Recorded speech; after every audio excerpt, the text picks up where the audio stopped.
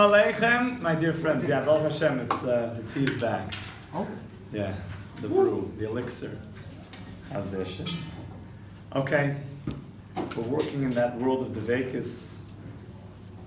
We mentioned yesterday, Darkecha means that I'm so connected to you, Hashem. Really what this whole series is all about is how to fall in love again. How to fall in love again with God. How to fall in love again. The Baal Shem Tov explains that our love has done something called fall. Fall in love. And the person says, I love that girl's Instagram account. No, you don't. You're not really in love with that. That's love, which is so deep and so meaningful, and this desire to cleave and to join together for eternal relationship and eternal connection. It's fallen to something temporary. I want to bond with that temporary pleasure. I love that, the hamburger. Just love that thing. That's a love, a desire to have pleasure. But it's fallen into just some temporary. You can have hamburgers, but love is a very sacred thing. So we're talking about how to fall in love again. Falling in love. So, in a review from yesterday, we talked about Darkecha, bonding. And we said the first level of Darkecha is that Hashem is like a king, and we do what the king says. Okay, look at the last paragraph on the bottom. That's what we talked about Kabbalahs. It means I'm connected to you, Hashem, because I want to do what you want me to do. And that's a very important thing. Remember we spoke about marriage yesterday, and the ksuba. I want to do because I'm connected to you, and I want to follow your will. That's very, very important. But there's a higher level. So, says the Rebbe, Ki af shegam bal Kabbalahs ol. Even a person who's a bal Kabbalahs ol, he mamish listens to everything that the Mishnah Berurah says. And he should. Makir b'Hashem yisborach. And this person who does whatever Hashem says, he knows Hashem. Aval, however, hu eino chash Hashem yisborach chelek nechayev. Listen to those words. He goes through all the motions, but what makes him different is he doesn't feel like God is really a part of my life. God is somehow like a distant concept, and therefore I have to do what he says, like a king, but not that he's deeply intimate and really like one with me. That's what Rav Nosson and I were learning about. I'm just trying to hold on for dear life. That there's such a thing as just becoming one with God, fusing. The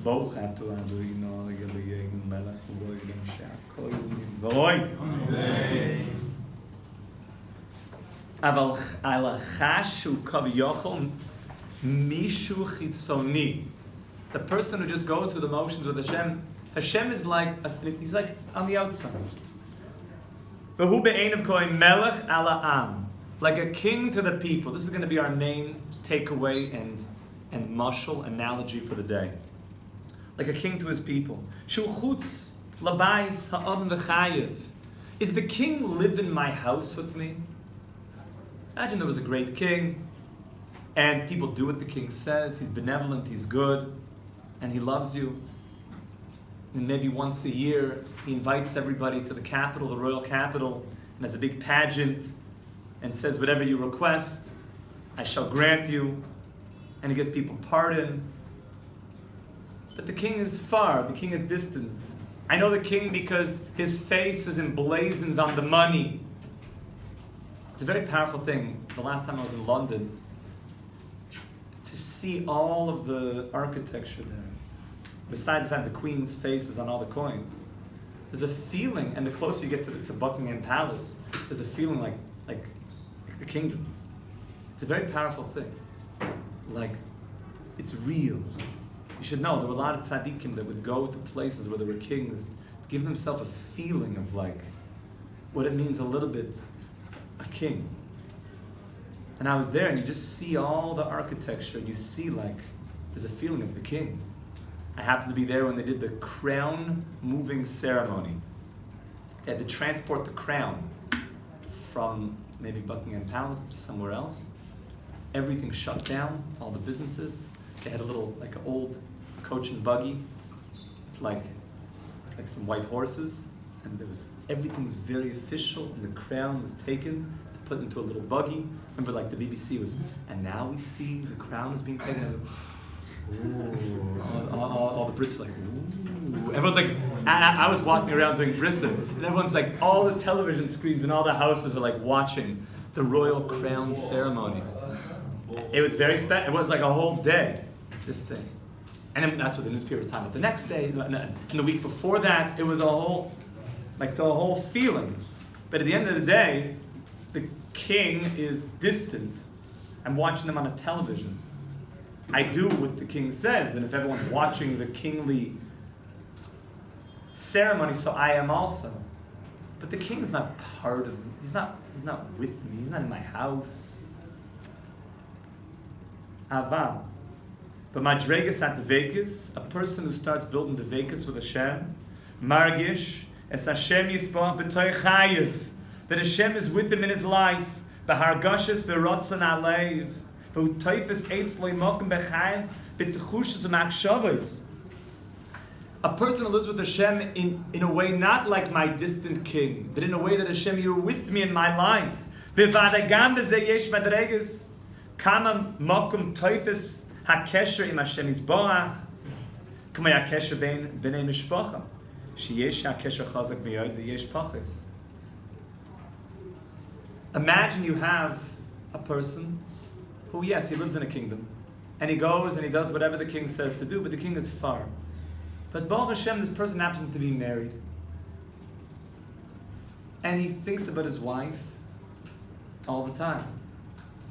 If the guy wants to go, the guys say, you want to come up for beers, after work? Do you need to think about the king before you make that decision? No, as long as it's not maybe on the crown moving ceremony day. We don't need to think like, what's the king going to say about this? Is it permitted behavior? Am I doing something illegal or not? You don't need to let me call up the king. King, is it cool if I go for beers with my boys? Is that cool with you, king? He's like, why are you calling me? That's not my business, so to speak. I made my rules, and if it's legal, then you're allowed to do it. But there's a person thinking about his wife before he, instead of coming home to spend time with his wife and kids, he goes out to watch the game with his boys. I sure hope he thinks about his wife. And not only in decisions like that, all the time. The more a person is really connected to somebody, let's say a wife, that's the ultimate one, spouse, their day-to-day life, everything you're doing, you're thinking about. How is that going to affect my wife? How's that going to affect my husband? How's that going to affect my kids? Because they're with you. They live with you. They're like, you're so connected to them. All your decisions are sort of going through this prism of, okay, how's that going to affect them? The king is more distant, so you generally, but he's not with you like in the shtib. He's not with you in your bias. So this is the level of Dvekas, of taking Hashem as being someone like a king, which is very important. You can't break the law. And going through Torah, I do all the mitzvahs, but now saying, I want something more intimate. I want to walk through my life. I want to wake up in the morning. I want to go to work, come to yeshiva, get on the subway, go buy a car, go buy a gyro. Gyro? It's not gyro. Hero. Oh, that's the mafia. Gyro or gyro. Buy one of those things, a kosher one. Very specific example. I just happened to have one time in my life where I remember getting one. It was just really good. It was like there was a moment that it made a place in my heart. I don't think I ever had one of them again. With like this thing called tzatziki sauce. Yeah, that's still yeah. Like with like fresh dill. I think it was like a real organic boutique thing. I just remember it was like 25 years ago. I remember just being like, you have those moments of just like some far-flung place somewhere. So, in all those things, wherever you go in your life, you're going to shave, the kosher razor, obviously. That goes without saying. You're going for a haircut. You go, whatever you're doing. I'm thinking about where's God in this? Where's God in this? That takes the vakus and makes it very real. Like, I'm about to get up from this class. I'm going to walk downstairs, maybe to use the bathroom, maybe to get a coffee, maybe to get a goji berry tea elixir, something like that. Some hoshu. That's stands for Mr. Wu's black hair. If anyone needs more black hair, get onto the hoshu Wu. Mr. Wu's black hair. Whatever you're going to do, is God with me? Or is God somehow like in a distant palace somewhere, and when it comes time to come to synagogue, when it comes time to go to learn Torah, so then the king said I should do this. So that's very obviously important. But what we're talking about here is a totally refurb of your whole life. That literally you walk around with Hashem.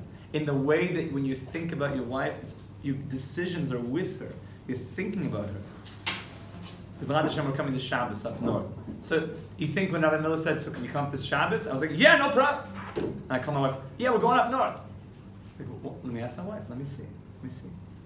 All the time, you're thinking things through, you're processing things through. You go to the bakery. So you're just going to get something for yourself? Like, oh, maybe my wife would like one of these rugula. Right? One for Hashem. You don't. Yeah, I'm thinking about Hashem all the time. Oh, I'm glued to Hashem. I'm going down for a coffee. Not in an OCD way, in a beautiful way. It's like, Hashem, you're with me with this coffee. You're with me with this coffee. All the time. Yeah, David. So how do you take just thinking about it, intellectually that God's with you all the time, and make it into something you actually feel? So one of the first things is just first thinking about it. When you think about something in a deep way, and it becomes deeper and deeper to you, you start feeling it. That's the power of Torah. When you really think about it, especially Chassidus, when you learn deeper Torah, you start feeling it. It starts becoming integrated. You start breathing it, living it, talking about it. Talking about it is a very big thing. The more you talk about this, talk about God. Hemanti, King David teaches us, ki adaber.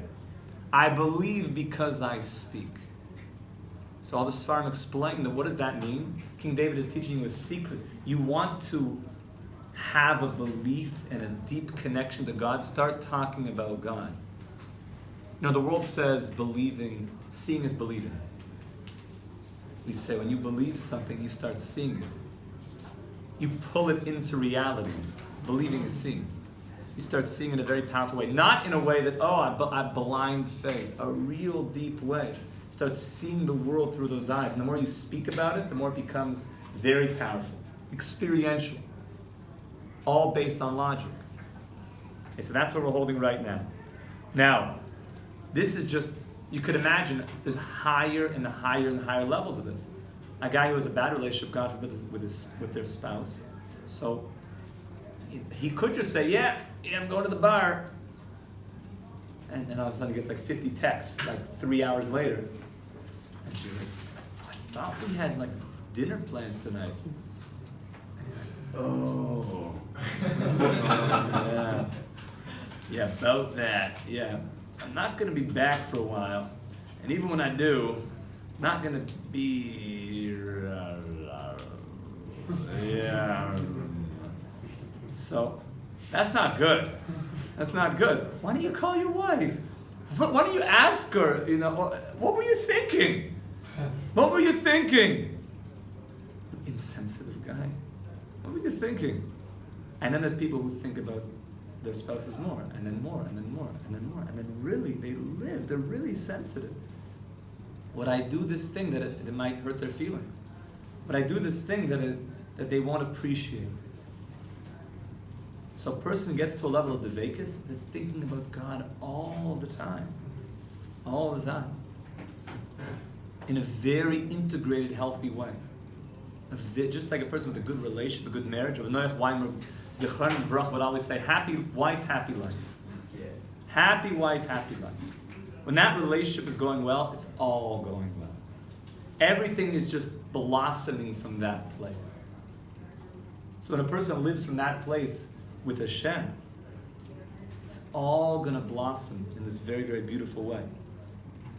But if a person says, yeah, God, I do whatever I want, I think about you, whenever maybe I need to, then where's it going? Okay, so we're going up in these levels of Darkecha.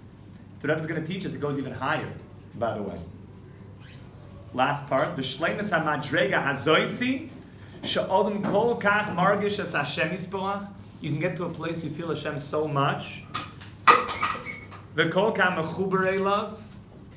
You feel really connected. Ad shekol abriya ve'inyana loy toisem eitzlech hashivas. V'u margish hu rak im Hashem yisborach.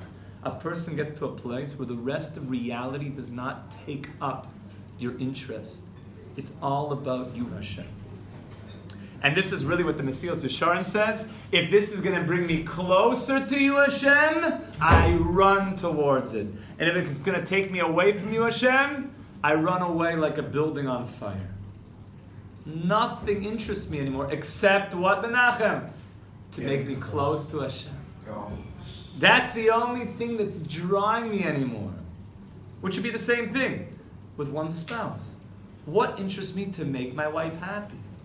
If something is not going to do that, why would I want to do that? Why would a person do that? It's a whole reframing of life. I want to do the things that will build that relationship. And to the point that things don't even... You think these tzaddikim here, Rav Zucker, if somebody says, let's go to the bars, Rabbi?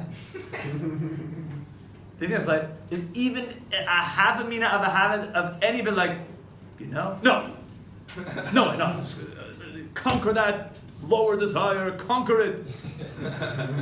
You think there's...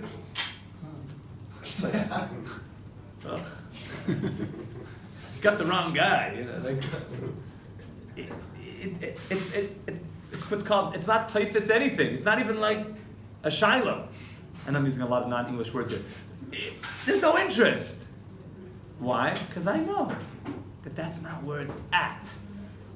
So the more a person starts getting into this, he starts thinking, whatever's going to make that relationship to Hashem stronger, I'm into that. And the other things actually lose a little bit of interest. Now, if a person's not there yet, don't worry. This takes time. But now we see the direction we're going in. That's a very important balance thing. If a guy's like, in his mind, like if there was like a little bubble thing, you could like draw the bubble like in your heads right now, like a cartoon. If somebody here is thinking like, you mentioned a bar, I could go for a beer, this afternoon. Sounds like a nice idea. Hookah bar, sour apple, Cuban. Everyone's like, oh, now it's not even like a bubble thing. Now it's like a speech thing. It's like, you know what? Let's go. So, if that's what's happening, it's all good. You're all good. It's all okay. But we're starting to learn a little bit where we're going, right? This makes sense. You hear this? This is very rational.